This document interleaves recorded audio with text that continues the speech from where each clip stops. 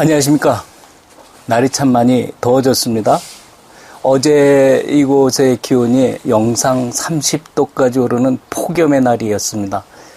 갑자기 날이 더워지면서 약간의 문제가 생기긴 했지만 야간에는 영상 14도까지 내려가는 일교차가 큰 날이었습니다. 이제 낚시하기에 낚시인들이 만만해 보이는 계절이긴 하지만 사실은 저녁엔 날파리와 모기들이, 낮에는 뜨거운 태양이, 상당히 어려움이 많은 조건의 낚시를 하는 계절이 됐습니다. 지금 우리가 이제껏 6회에 걸쳐서 본 내용이 방영이 됐습니다. 여러분들께서 반응이 좋으셨고 의아해 하시는 분들도 계실 겁니다. 하지만 2단 입수를 중심으로 한 기본 낚시는 낚시에서 가장 기본입니다. 다시 그때까지 한 내용을 간단하게 정리하고 다음 얘기로 들어가도록 하겠습니다. 2단 입수를 하는 목적은 물속에서 발생하는 모든 상황을 찌가 읽어낼 수 있는 조건의 균형을 맞춰주자는 데 목적이 있습니다. 그리고 찌 오름도 민감하게 반응을 해주고 올라오는 정확도도 정확하게 올라와서 챔질 타이밍이 쉽게 결정할 수 있습니다. 그 목적으로 2단 입수를 만들었는데 많은 분들이 오셔서 실제적으로 2단 입수에 대한 놀라운 변화를 맛보았다고 얘기해 주시는 분들이 계시더군요. 저 또한 뿌듯합니다. 그 2단 입수는 낚시의 가장 기본적인 찌맞춤이기 때문에 이 찌맞춤을 하시면은 모든 낚시의 기본적인 찌맞춤이라고 생각하시고 계속 연습하시면 될 때 안 될 때, 됐다가도 또 안 되고 하는 경우가 있습니다. 그러나 꾸준히 하시면 여러분이 원하는 모든 것을 만족시켜 드릴 수 있습니다. 오늘은 그 2단 입수를 일으키는 것이 찌지만 2단 입수의 연결점은 뒷줄이 처짐으로써 발생되는 내용입니다. 뒷줄이 초리 때부터 찌까지의 거리에 새로운 힘, 처짐이 발생하면서 발생하는데 그 움직임의 행동을 하는 것이 찌이고 보여주는 게 2단으로 들어가는 모습을 보여줍니다. 우리에게 물속의 상황을 보여주는 모든 것은 찌가 표현해 줍니다. 바로 오늘은 그 찌에 대해서 연구하고 현장에서 낚시하는 과정에 합리적인 낚시를 어떤 때 그리고 어떤 상황에서 어떤 찌를 선택해서 하는 게 가장 효율적인가를 알기 위해서는 가장 기초적인 찌의 이론을 이해하시는 게 중요합니다. 그래서 여러분들이 많이 궁금해하시고 어려워하시는 찌에 대한 얘기를 오늘 해보도록 하겠습니다. 찌는 여러분들이 선택하고 여러분들이 이용하는 데 따라서 그리고 여러분들이 찌 맞춤을 어떻게 하냐에 따라서 찌의 움직임은 다 달라집니다. 오늘은 그 찌에 대해서 깊이 알아보도록 하겠습니다. 최근 근자에 물속의 세계를 보여주는 많은 유튜브들이 있습니다. 물론 궁금하니까 그 물속 세계를 한번 어떻게 움직이는지 알고 싶다는 호기심은 중요하지만 낚시는 보이지 않는 것을 보이게 하는 새로움을 창조해내는 맛으로 하는 것이기 때문에 사실 저는 별로 달갑지 않습니다.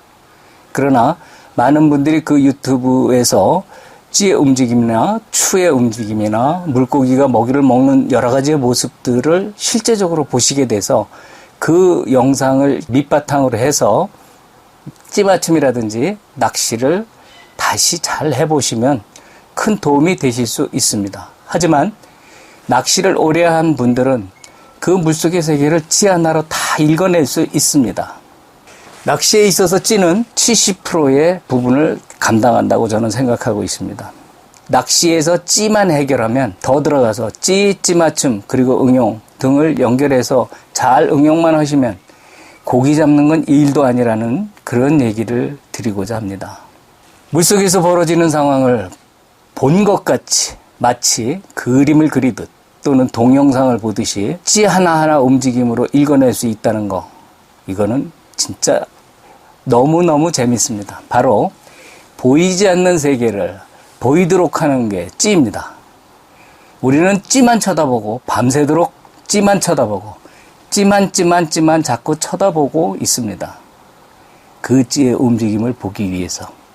그러기 위해선 그 찌가 어떻게 생겼고 무슨 원리가 있는 것이고 그 원리에서 어떤 것들이 영향을 주는지에 대해서 깊이 이론적으로 알아보도록 하겠습니다.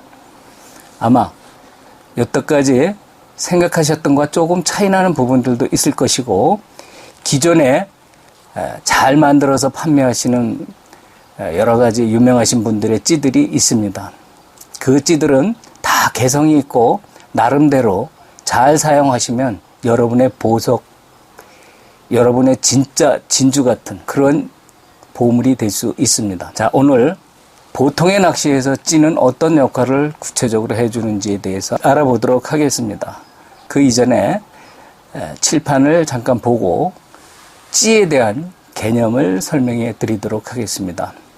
우리는 찌를 흔히 얘기할 때 다루마찌, 헤라찌, 변형다루마, 변형헤라 이런 식으로 표현을 해왔습니다. 여러분의 선배들은 그렇게 얘기하면 금방 알아듣습니다.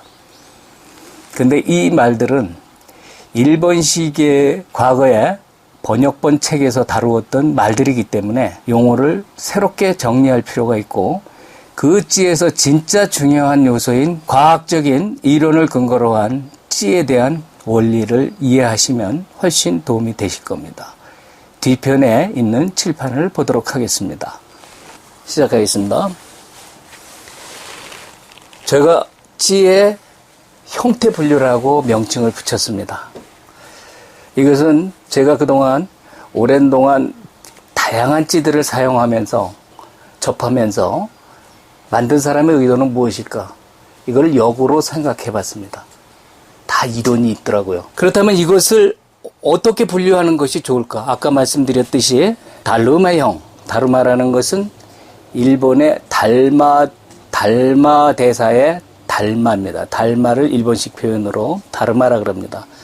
그 사찰에 달마가 배를 내고 있는 저그만 상이 있는 불상식으로 있는데, 그 달마, 그래서 배가 나왔다 그래서 다루마찌 이렇게 표현합니다. 그 다음에 길쭉하게 생겼다 그래가지고 혓바닥같이 나왔다 그래서 헤라찌, 주걱같이 생겼다 해서 헤라찌 이렇게 얘기를 합니다. 우리나라 표현을 하면 이걸 막대찌 개념으로 이해를 하죠. 요거는 물방울형 같이 또는 뭐 여러 가지 형태로 얘기하는 분들이 계십니다만, 이런 것들을 지금 어떤 찌의 형태입니까? 라고 물으면 참 난감합니다. 분류해 준 사람이 아무도 없기 때문에 그렇습니다. 그래서 제가 이걸 분류를 했습니다. 분류해 보면 지금 화살표가 그려 있는 적색의 것들은 흔히 얘기하는 배가 나온 찌들의 개념입니다. 검정색 화살표가 좌측으로 나가 있는데 막대형 찌들의 개념입니다. 이 찌들은 무엇으로 뜨느냐? 부력으로 뜹니다. 뜨는 물체인 부력이 어떻게 갖고 있느냐에 따라서 올라가는 속도가 달라집니다. 속도로 따지면 좌측으로 보면은 이런 식으로 동그란 형태의 것, 막대형의 것, 저항으로 따지면, 유체의 저항으로 따지면 이게 저항이 횡으로 크게 먹히고 이게 저항이 횡으로 작게 먹힙니다. 그래서 이름을 붙인 것이 횡축으로 부력이 작용하는, 저항이 작용하는, 횡축으로 크게 작용하는 것을 횡축 부력형이라고 설정을 했고, 종축으로 길게 작용을 한 것을 종축 부력형이라고 제가 설정을 했습니다. 그리고 그것이 변형된 여러 가지 형태의 찌들이 있는데, 길이가 상대적으로 길면서 나오는 여러 가지 형태, 길이 쪽에 중심이 된, 종축 쪽으로 중심이 된 찌를 변형 종축형이라고 이름을 붙였고, 횡축으로 강하게 둥그랗게 생긴 것의 경우는 횡축 부력형인데, 이것이 변형이 돼가는데 그 변형이 돼간 거를 변형 횡축 부력형이라고 명칭을 했습니다. 그래서 총 4가지로 통합적으로 분류를 하고, 이것이 안으로 들어간 것과 이것이 또 안으로 들어온 것이 합쳐지면 이런 복합형의 형태가 됩니다. 이 찌들이 저항이 걸리는 크기가 가장 큰 것은 동그란 겁니다. 탁구공 같이 동그란 것이 가장 크게 걸립니다. 다음 약간의 양쪽으로 잡아당긴 형태, 탁구공을 위아래로 약간 잡아당긴 형태가 되는 이런 형태로 해서 발전해 나가는 겁니다. 조금 있다가 실물들은 다양하게 제가 보여드리도록 하겠습니다. 요것도 마찬가지입니다. 종축형으로 막대형, 흔히 갈대찌 이렇게 얘기하는 것들이 대부분 이렇게 생겨 있습니다. 그 다음에 약간 안으로 들어오면서 약간씩 배가 나오기 시작하죠. 변형으로 자라는 거죠. 그런데 길이는 다 길죠. 몸통에 비해서 상대적으로 상당히 긴 거를 종축부력형찌, 변형 종축부력찌라고 이렇게 얘기를 합니다. 그 이유는 이 저항의 크기가 요곳에 수평되는 저항이 걸리는 위치가 여기서부터 이 끝까지 모든 지점에서 저항이 걸립니다. 이거는 부력과는 관계없이 횡의 형태에서 올라가는 때 걸리는 유체 저항이 되겠습니다. 유체 저항의 크기가 가장 크고 유체 저항의 크기가 가장 작은 찌입니다. 이 두 개의 찌를 더 구체적으로 설명드리면 유체 저항이 큰 찌는 올라갈 때 저항이 생기기 때문에 천천히 상승한다라는 이점이 있습니다. 유체 저항이 작은 찌는 올라갈 때 저항이 크기가 작기 때문에 민감하게 반응을 해준다라는 장점이 있습니다. 그래서 민감한 찌들은 다 막대형에 가깝게 만들어지고 천천히 부드럽게 올라가는 찌들은 다 변형 횡축형으로 만들어지고 있습니다. 대부분의 찌들, 여러분들이 사용하시고 있는 유료태에서 사용하는 80% 이상의 찌들은 거의 변형 횡축형 찌 주로 사용들 하십니다. 유료낚시터에서 주로 사용하는 찌들은 횡축 부력형에서 변형 횡축형 부력지를 주로 사용하게 됩니다. 그 이유는 유료낚시터에 있는 고기들은 다 큰 고기들입니다. 그리고 길게 낚싯대를 사용하기 위해서 추도 크게 달려야 하고 저항을 어느 정도 갖고 있어요. 유체 저항을 받아야만이 찌가 부드럽게 이쁘게 올라오기 때문에 그렇습니다. 특히 깊은 수심에서 찌가 이쁘게 올라오는 방법은 변형 횡축형을 사용하시면 됩니다. 종축형도 역시 마찬가지입니다. 낮은 곳, 저수온기, 입질을 민감함을 추구할 때, 그럴 때는 이것이 우세합니다. 종축형이 우세하기 때문에 동절기에는 주로 변형 종축형을 많이 사용을 합니다. 대부분의 찌들을 동절기에 사용하는 찌들은 배가 덜 나오고 좀 상대적으로 긴 것을 사용하게 됩니다. 그 유료태에서 일반적으로 사용하는 형태이고요. 찌들의 독특한 특성을 설명드리도록 하겠습니다. 대표적인 횡축형과 종축형의 특별한 차이가 있습니다. 아주 크게 차이가 납니다. 주로 고부력형, 긴 데를 쳐야 한다든지 깊은 수심을 쳐야 한다든지 또는 큰 향어나 잉어같이 입질이 둔탁한 입질을 한다든지 할 때 추를 크게 써야 되기 때문에 당연히 몸통도 커져야 되고 찌가 올라올 때 천천히 올라와야만이 그 덩치 큰 고기들이 올라오는 높이도 천천히 이동하기 때문에 저항을 만들어줘서 찌와 추, 밑에 달리는 추와의 관계가 평형을 이룰 수 있도록 해야 됩니다. 찌는 올라가지 않고 추만 올라온다면 이물감을 느끼게 되고 찌는 올라가는데 추가 안 올라오면 이물감을 또 느끼게 됩니다. 그래서 찌의 부드러운 올림은 당연히 고부력형이 찌의 부드러운 올림이 유리합니다. 또 하나의 특성은 유체 저항이 크기 때문에 어떠한 수심에서도 낮은 수심, 깊은 수심 관계없이 찌오름을 유도하기 편합니다. 아주 부드럽게 잘 올라옵니다. 초보자들은 대부분 이런 쪽의 찌를 사용하는 게 유리하다 할 수 있습니다. 그 형태의 다양성이 많기 때문에 횡축형, 변형 횡축형의 여러 가지 형태의 찌들 중에서 하나를 선택해서 쓰시는 게 좋겠습니다. 물론 찌의 길이라든지 순수하게 몸통 부분에서만 비교를 하는 겁니다. 반대로 이만큼 찌가 부드럽게 올라오는 대신 민감성에 둔합니다. 어설픈 입질은 패스하고 본 입질에만 찌가 작동하는 거죠. 그래서 향어, 잉어 같은 큰 고기들은 어설픈 입질을 굳이 봐야 할 이유가 없습니다. 입안에 바늘이 정확히 들어갔을 때 챔질을 해야만 입술에 걸리지 어설플 때는 입 언저리에 걸린다든지 또는 옆구리에 걸린다든지 이상하게 걸리면 바늘의 훼손이 많아질 수 있습니다. 그리고 줄이 터지거나 힘이 더 세게 작동할 수 있습니다. 그래서 민감성에서는 좀 둔합니다. 하지만 찌 맞춤으로 보강을 좀 할 수는 있습니다. 나중에 채비론에서 나오겠지만 이 민감성에 둔한 것을 합리적으로 변형을 시켜서 쓸 수 있는 방법이 분할 채비입니다.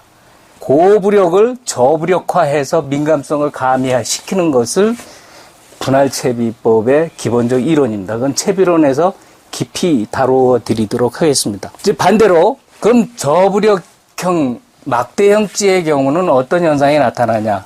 중저부력형의 경우 주로 사용을 합니다. 3g대 또는 3.5g, 4g 미만을 주로 이쪽에서 사용하고 이쪽은 주로 4g 이상, 좀 내려가더라도 3.5g 이상으로 사용을 하게 됩니다. 이 중저부력형으로 주로 사용하는데 목적은 민감성입니다. 아주 민감하게 작동을 합니다. 왜?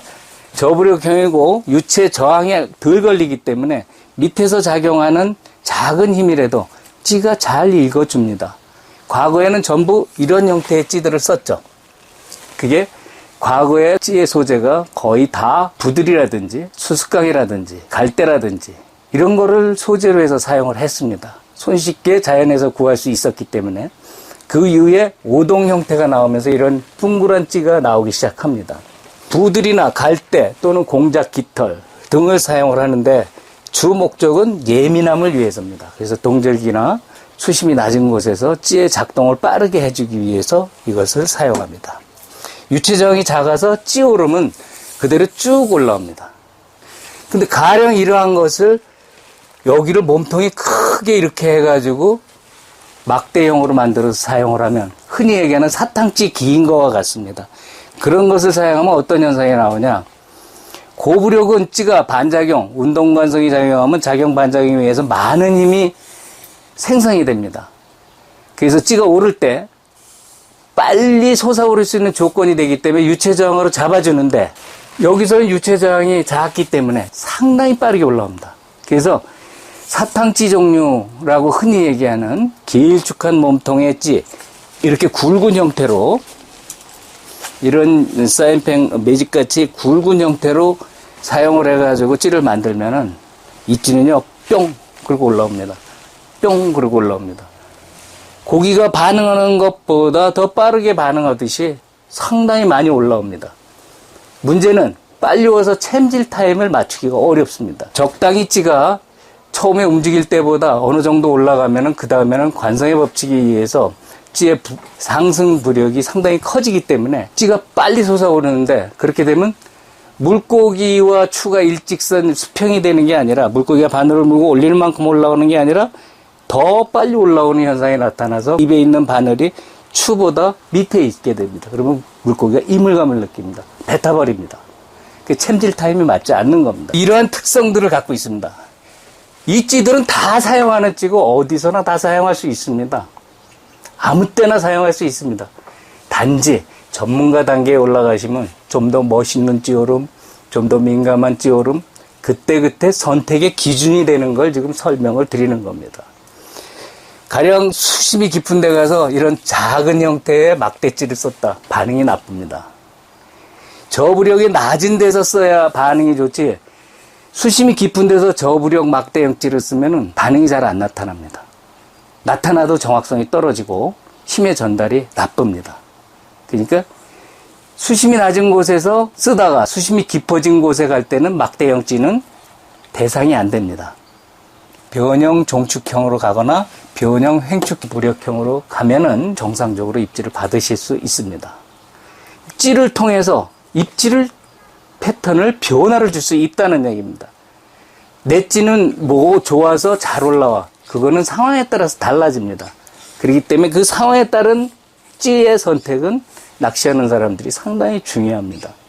어디 회사 제품이라서 부어라서 좋다. 그렇지 않습니다. 통상적으로 유료터의 낚시터는 2m 내외를 주요 포인트로 하고 있습니다. 2m 내외에서는 변형형으로 사용을 하신다면 어느 거를 사용하셔도 문제가 되지 않습니다. 다시 요약하면 내가 민감하게 낮은 곳에서 쓰겠다 하면 막대형으로 가시는 겁니다. 종축형으로 가시는 거고 조금 더 수심이 깊다 하면 변형 종축으로 가시면 됩니다. 그러면 이쪽보다 더 민감해집니다. 민감한 것도 좋지만 난 정확도, 찌오름의 아름다움을 구경하겠다.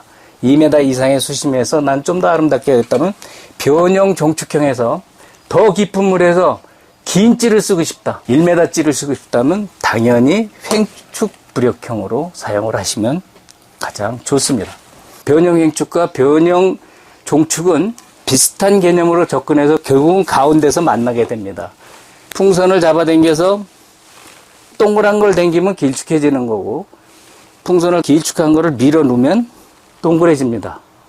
전체에 비해서 찌 몸통이 길면 종축형에 해당이 되는 것이고, 전체에 비해서 상대적으로 상당히 크면은 횡축형 부력지가 되는 겁니다. 결국은 얼마만큼의 유체 저항을 만들어 주냐에 따라서 찌의 움직임이 달라지고 수심에 따른 움직임의 모습이 달라진다라는 것을 규정한 겁니다. 그래서 횡축형, 종축형, 변형 횡축형, 변형 종축형, 이렇게 제가 명칭을 4가지로 분류했습니다. 그럼 이 가운데 그려놓은 것은 무엇이냐? 이런 것을 연구하다 보니까 찌들이 다양하게들 나오는데 찌가 어느 게 가장 이쁘게 올라오는가라는 그런 부분에서 접근하게 됩니다. 이 찌를 보시죠. 이런 찌는 쉽게 부러집니다. 그래서 오동으로 길게 못 만듭니다. 발사로도 길게 못 만듭니다. 다 부러지니까. 그래서 상당히 어려운 문제가 좀 있지만 그래도 이제 기술들이 좋아서 요즘은 길게도 만들 수 있습니다. 그럼 이 찌는 뭐냐? 이건 바로 이제 제가 연구 끝에 나온 게 막대형과 유선형, 변형 횡축이 되겠고 밑에는 종축이 되겠죠. 이 2가지를 병합을 해서 입수할 때는 좀 빠르게 들어가고 올라올 땐 좀 느리게 올라오게 하는 그런 2가지 병합된 찌로 제가 개발을 한 겁니다. 그래서 균형을 맞춰서 찌를 사용을 해보니까 상당히 합리적이더라는 거죠. 그래서 전천으로 쓰기에 용이하더라. 요 밑에 보시면은 횡축형 부력지는 요 어깨 넓이만큼, 몸통의 넓이만큼 저항을 받게 되는데 크게 먹습니다. 요건 좁으니까 종축형지는 좁게 먹습니다. 힘이 작게 먹습니다. 다시 볼 내용으로 들어가겠습니다. 우리가 칠판에서 그림을 제가 서투르지만 그려서 약간 설명을 드렸습니다. 실물을 하나 들면서 설명을 드리도록 하겠습니다. 낚시에서 찌는 물속의 상황을 물 밖에서 내가 읽을 수 있도록 만들어주는 신출귀몰한 독특한 나만의 시그널입니다. 나는 밤새도록 그 찌를 쳐다보면서 물고기의 움직임을 간파합니다. 이 찌는 어떻게 선택하느냐에 따라서 그날그날 상황이 크게 바뀔 수 있습니다. 아침, 점심, 저녁 달라집니다. 입질이. 또 다음날 새벽, 아침, 점심, 저녁 다 달라집니다. 가장 큰 이유는 자연의 모든 것은 태양의 빛의 세기에 따라서 변화를 합니다. 바로 물고기들도 자연의 일부이기 때문에 물속에서 직사광선의 양이 얼마만큼이냐에 따라서 움직임이 다 달라집니다. 그 움직임은 뜨기도 하고 중간에 멈추기도 하고 하층으로 내려가기도 합니다. 우리 바닥낚시의 한계는 물속 바닥 속에서 해야 한다는 겁니다. 바닥 속으로 고기가 들어가야만 우리는 낚시를 할 수 있습니다. 그래서 그 낚시를 하는데 찌가 올라오지 않는다면 우리는 전혀 낚시를 할 수 없습니다. 오늘 주로 해야 하는 부분들은 찌 오름에 영향을 주는 요소들에 대해서 배우고 현장에 가서 주간과 야간에 걸쳐서 찌 오름에 영향을 주는 요소들에 대해서 배우도록 하겠습니다. 우리가 바라는 것은 찌 오름입니다. 그 찌 오름을 좋게 하기 위해서는 우리도 얼마든지 노력을 해야 됩니다. 노력하지 않으면 아는 만큼 찌 오름은 3마디 들썩 쑥, 2마디 들썩 쑥, 아니면 뿅 쑥, 다양한 형태로 우리를 괴롭힙니다. 챔질 타임이 맞지 않습니다. 2단 입수의 찌 맞춤은 지금 설명드린 모든 찌 다 됩니다. 수심이 깊은 곳에서 2단 입술을 다 맞춘 상태에서는 찌의 형태에 따라서 찌 오름이 아주 다르게 나타납니다. 그게 찌 맞춤의 중요성이고, 그럼 그 찌를 잘 맞췄는데 찌 오름에 영향을 주는 요소들에 의해서 찌 올라오는 것이 전혀 다르게 올라옵니다. 물론 찌만 혼자 올라오지만 작용하는 건 물속에서 추와 미끼가 작용을 합니다. 보이지 않는 것을 보이게 해주는 찌에 대해서 우리는 이제 어떤 찌가 잘 보이게 해주고 영향을 주는지에 대해서 배워보도록 하겠습니다. 제가 과거의 찌들하고 실물들을 좀 갖고 있습니다. 그래서 그 하나하나 보면서 장점과 여러분들이 이런 찌들을 만났을 때 선택하는 거를 어떻게 했으면 좋을까 하는 부분을 잠깐 설명드리도록 하겠습니다. 우선 횡축 부력형의 대표적인 찌들은 이런 식으로 하는 유선형의 찌, 요것이 조금 더 잡아 빼면 요 형태가 되겠죠. 그렇죠? 길죠? 조금 더 길어지죠? 이걸 더 잡아 빼면 이런 형태가 되겠죠. 이렇게 되겠죠. 더 잡아 빼면 뭐 여러 형태들이 나옵니다. 이렇게. 이런 것들이 다 지금도 사용하고 있습니다. 이 두 개는 비슷하지만 요거의 경우는 몸통의 넓이에 비해서 종축의 길이가 깁니다. 요거는 여기가 동그랗게 하나 있고 밑에 또 하나 있습니다. 이런 경우에는 요 찌의 경우는 위에는 저항을 받지만 밑에 있는 가는 곳은 저항을 받지 않습니다. 이 경우는 잘록잘록한 곳이 다 저항을 받습니다. 여기서도 받고 여기서도 받아서 찌가 상당히 어떻게 보면 둔해지는 현상이 있습니다. 그렇지만 올라오는 모습은 아주 이쁘게 올라옵니다. 저항이 크기 때문에. 더 재밌는 찌를 보여드릴게요. 자, 이렇게 사각형도 찌는데 이 찌는 잘 만든 찌는 아니고 멋을 낸 찌일 뿐입니다. 이런 찌는 잘 올라오지 않습니다. 그리고 사각으로 돼서 균형이 잘 맞지 않아서 찌가 자꾸 돕니다. 돌거나 흔들리기 때문에 좋지 않습니다. 그러나 이런 찌도 호기심으로 만들어 보실 필요가 있습니다. 자, 요거는 흔히 얘기하는 땅콩 모양의 찌 땅콩입니다. 실제적인 땅콩입니다. 이건 제 친구가 만든 찌인데 땅콩입니다. 진짜 땅콩을 코팅한 겁니다. 속에 알을 빼내고 코팅해서 만든 찌인데 좋은 찌는 아니라 할 수 있습니다. 단지 호기심 갖고 우리 낚시인들이 다양한 호두로도 만들고 은행으로도 만듭니다. 찌의 움직임은 그렇게 좋지 않습니다. 위가 찌가 올라올 때 저항이 각기 다르기 때문에 이런 식으로 올라옵니다. 더 웃기는 찌 하나 보여드리겠습니다. 못 잡아도 붕어 한 마리입니다. 한때 어떤 젊은 두 분이 저희 낚시터에 이 찌를 갖고 오셔서 제가 기념으로 손님들을 드리기 위해서 찌를 다 산 적이 있습니다. 그러나 이거는 낚시용으로는 부적합합니다. 찌는 다 올라옵니다. 어떤 거든지. 그 올라오는 게 중요한 게 아니라 정교함이 중요합니다. 이 찌는 호기심을 갖기에 충분합니다. 발사목을 붕어로 깎아서 몸통을 만든 찌입니다. 그러나 찌가 좀 띠뚱거립니다. 그렇게 바람직한 찌의 형태는 아니라고 할 수 있습니다. 찌는 균형이 맞아야 됩니다. 몸통의 균형이 맞지 않으면 찌가 뒤뚱거립니다. 아까 말씀드린 유선형 찌와 막대형 찌가 병합된 찌인데 너무 길게 만들었죠. 너무 다리를 길게 만들어서 조금 무게 균형에 문제가 약간 있습니다. 요거는 아까 저 가운데서 그림을 보여드렸듯이 변형 횡축과 변형 종축의 중간에 해당하는 유선형의 막대형이 결합되어 있는 찌입니다. 그래서 찌 올라오는 건 정말 좋습니다. 재밌고 그리고 민감성도 겸비된 찌입니다. 이제 막대형 쪽을 한번 보겠습니다. 이거 막대형 찌입니다. 이거는 부들로 만든 것 같습니다. 코팅을 했는데 한때는 튜브로 만든 찌도 있었습니다. 그 누드찌라고도 했죠.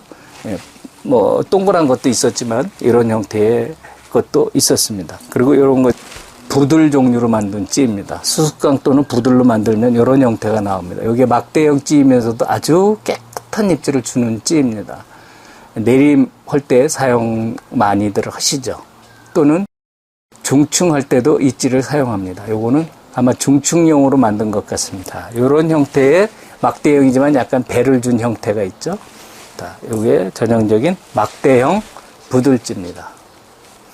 이런 식으로 다양한 형태가 다 있는데 내가 선택하는 것은 시대의 흐름에 유행도 있지만 적당한 부력과 찌오름을 제대로 보여줄 수 있는 변형형으로 이런 식으로 변형되어 있는 형태 요런 거나 뭐 변형 형태의 찌들 사용하시면 좋습니다. 근데 심플하게 무게중심을 중심으로 생각해서 이렇게 동그란 유선형을 사용하십니다.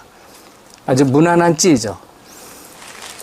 오늘 중요한 건 찌오름에 영향을 주는 요소들입니다. 무엇이 찌오름에 영향을 주는가 대해서 알아보도록 하겠습니다. 우선 찌오름에 가장 큰 영향을 주는 것은 찌맞춤의 종류입니다. 찌맞춤은 대표적으로 두 가지로 볼 수 있습니다. 가벼운 찌맞춤이냐 또는 무거운 찌맞춤이냐 0점 찌맞춤이냐. 무겁고 가볍다라는 것과 0점이라는 것과 이 두 개로 크게 분류됩니다. 가벼운 찌의 경우는 찌맞춤이 가볍게 맞춰진 경우에는 추가 떠 있기 때문에 고기가 제대로 먹이를 먹을 수가 없습니다. 바닥 낚시는 추가 바닥에 닿는 걸 전제로 하고 찌가 올라오는 걸 챈다. 바닥 올림 낚시라고 지난번에 누차 말씀드렸습니다. 추가 뜨게 되면 나는 분명히 뜨지 않을 것이라 생각했지만 그래도 추가 뜨게 되면 찌가 자꾸 빨리는 입질만 나타나고 앞으로 끌려갔다가 제자리에 그대로 있고 뒤로 밀어놨다 제자리에 그대로 있고, 즉 다시 말하면 밥이 붙어 있을 때까지는 찌가 자기 위치를 유지하지만 밥이 떨어지면 찌가 올라오게 됩니다. 한 마디나 또는 더 이상 올라오게 됩니다. 챔질 타임을 조절하기가 어렵습니다. 이 가벼운 찌 맞춤은 절대로 하셔서는 안 됩니다. 근데 가볍다라는 것이 0점을 기준으로 가볍다라는 개념으로 근사치는 줄의 굵기, 원줄의 굵기나 이런 거로 충분히 조절이 되지만 그렇지 않은 경우는 내 찌가 자꾸 빨기만 한다. 그리고 끌려 들어가면 그대로 있다. 또 뒤로 나오면 그대로 있다가 갑자기 찌가 조금 솟아오른다. 채면 걸리지 않는다. 바로 이런 경우 가벼운 찌 맞춤의 형태가 됩니다. 그래서 찌 오름에 영향을 줄 수 있습니다. 잘 올라오지 않습니다. 반대로 무거운 찌 맞춤의 경우도 고기가 잡아당기면 찌도 따라 들어가고 고기가 밀어서 자리를 약간 옮겨놓으면 다시 올라오고 살짝 빨려 들어가거나 살짝 올라와도 찌가 그 자리에서 복원되지 않는 상태가 됩니다. 그렇게 되면 입질이 정상적으로 발생하지 않고 빨리 올라온다거나 입질의 타임이 늦어진다거나 여러 가지 문제가 생겨서 찌가 올라오지 못하고 중도에 주저앉는 경우가 있습니다. 분명한 것은 가벼운 것보단 무거운 게 낫습니다만 가장 좋은 것은 아까 말씀드린 0점의 기준인 2단 입수로 하시는 게 가장 좋습니다. 그것이 기준입니다. 다음은 찌가 올라오려는데 붙잡는 요소들이 바로 원줄의 종류입니다. 고부력에서는 5차 범위 내에 들어가기 때문에 어떤 줄을 써도 큰 문제가 없습니다. 그러나 중저부력으로 내려가면 줄이 굵거나 줄이 무겁거나 당연히 찌가 상승할 때 상승을 방해합니다. 고기가 바늘을 들어 올려도 추가 움직이지 못하고 고기 입보다 밑에 추가 처지게 되기 때문에 이물감을 느껴서 바로 뱉어냅니다. 들썩하다 말고 쑥 들어가고 들썩하다 말고 쑥 들어가고. 이거는 대표적으로 원줄이 굵은 거를 사용했을 때나 카본줄을 사용할 때 저부력의 경우 이런 문제들을 발생시킵니다. 저부력은 낮은 수심에서 보기에 적당하지만 톱의 길이가 짧을 때 그 길이만큼 올라오는 것은 모르지만 긴 찌를 사용할 때는 저부력에서 찌가 정상적으로 상승하지 못한다 할 수 있습니다. 그것은 줄의 처짐 현상으로 그대로 무게작용을 하기 때문에 그렇습니다. 다음은 채비의 종류입니다. 채비를 어떻게 하느냐에 따라 달라집니다. 여러 가지를 다 통틀어서도 큰 뜻의 채비가 있지만 제가 얘기하는 채비는 줄에 붙어 있는 것을 채비라 합니다. 줄에 붙어서 마지막에 추 중심으로 한 얘기를 채비라 합니다. 그래서 분할채비라든지 외추채비라든지 이런 등등에 따라서 여러 가지 새로운 힘에 작용하지 않기 때문에 쉽게 찌가 잘 솟아오를 수 있습니다. 이때 두 바늘 채비에서 바늘 큰 걸 사용할 때 작은 고기들이 물었을 때는 들썩하다 말 수 있습니다. 왜냐하면 그 바늘 하나가 새로운 힘이 되기 때문에 떠오를 때는 무게가 되기 때문에 상당히 곤란한 문제가 발생할 수 있습니다. 그래서 채비의 종류가 기본 외추채비를 하든지 분할추채비를 하든지 두 바늘 채비냐 외바늘 채비냐 또는 긴 목줄 채비냐 짝바늘 채비냐 원줄 채비냐에 따라서 찌오름에 영향을 줍니다. 다음은 목줄의 종류입니다. 이런 것들은 목줄의 종류는 어떤 것을 사용하냐에 따라서 추에 전달하는 힘이 달라집니다.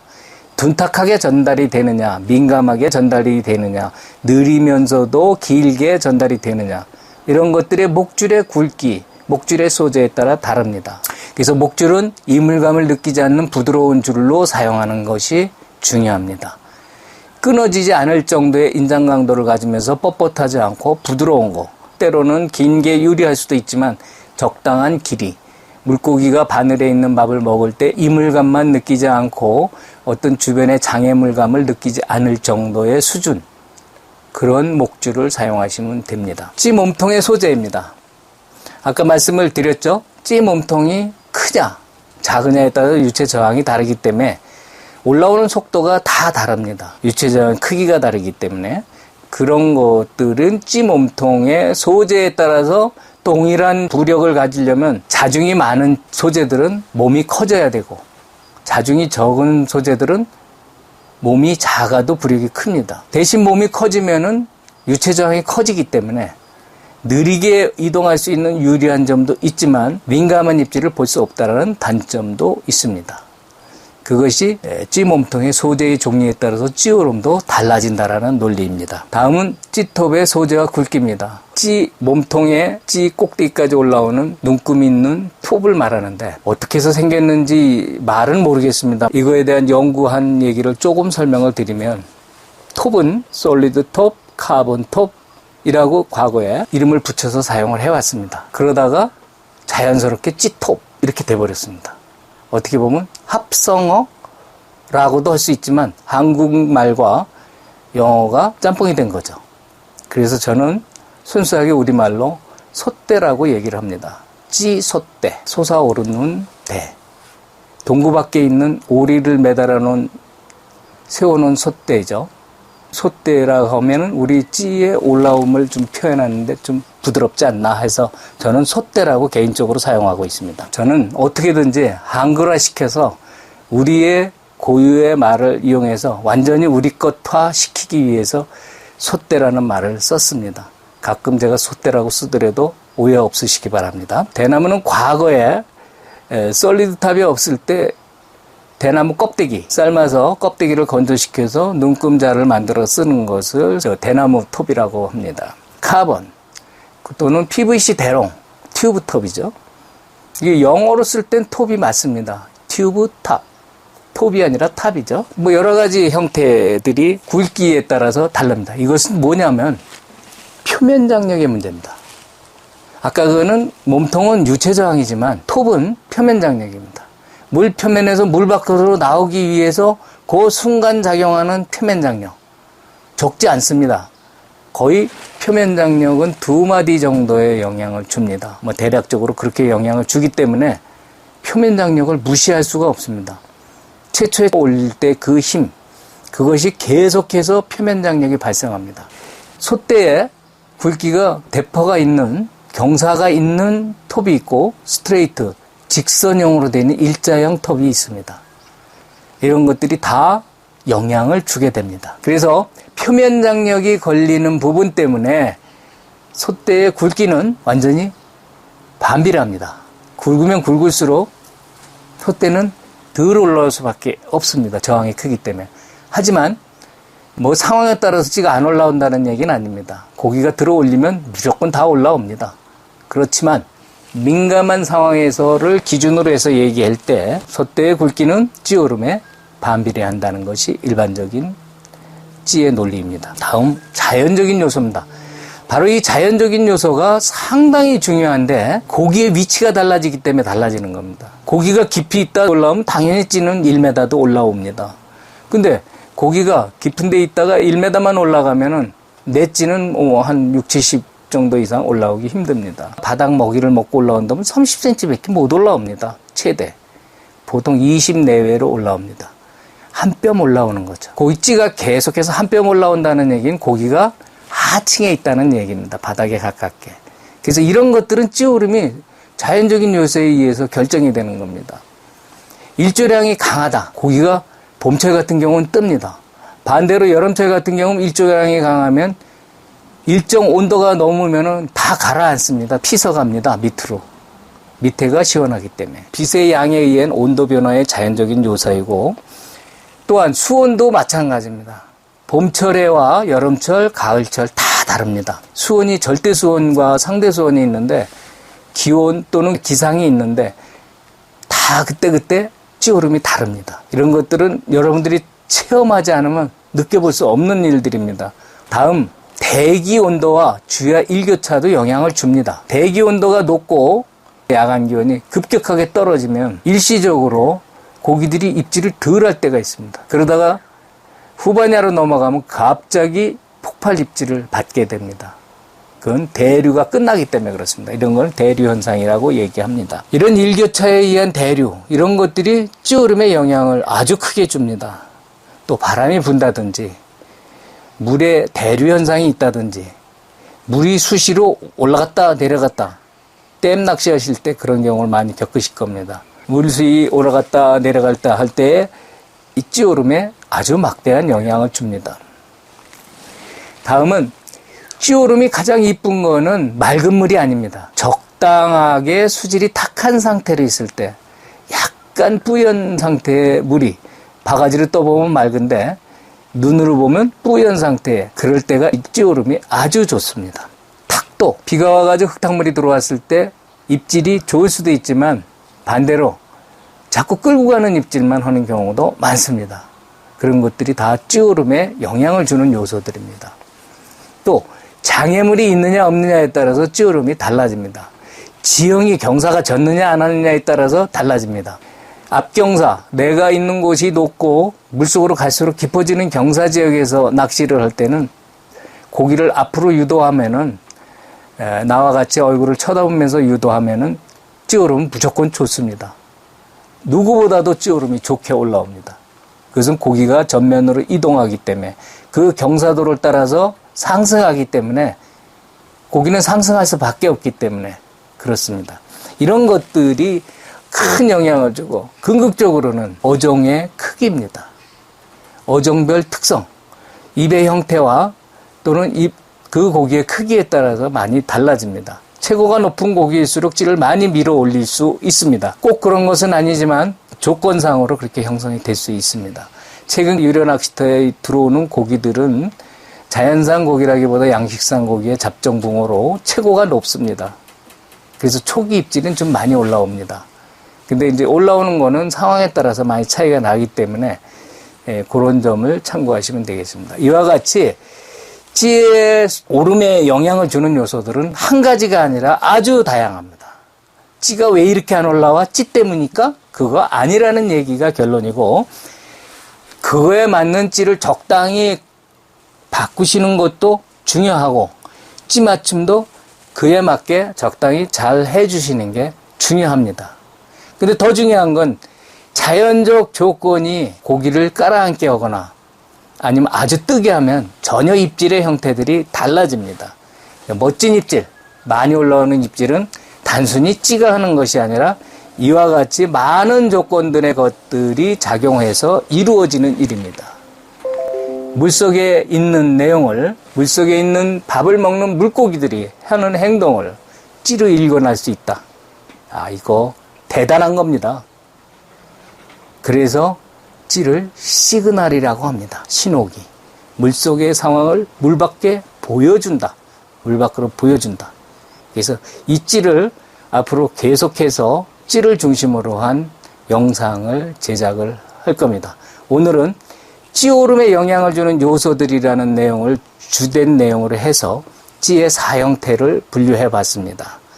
찌의 4형태는 종축형, 횡축형, 변형 종축형, 변형 횡축형, 이 네 가지로 나눠서 찌의 움직임이 크게 달라질 수 있다는 거, 다양한 낚시를 한번 해보시고, 오늘 주간 낚시와 야간 낚시 현장에서는 바로 그 모습을 보여드리도록 하겠습니다. 과연 종축형의 찌의 움직임과 횡축형의 찌의 움직임이 어떤가, 그 부분을 직접 보여드리도록 하겠습니다. 많은 참고가 되었으면 합니다. 낚시는 행복입니다. 감사합니다.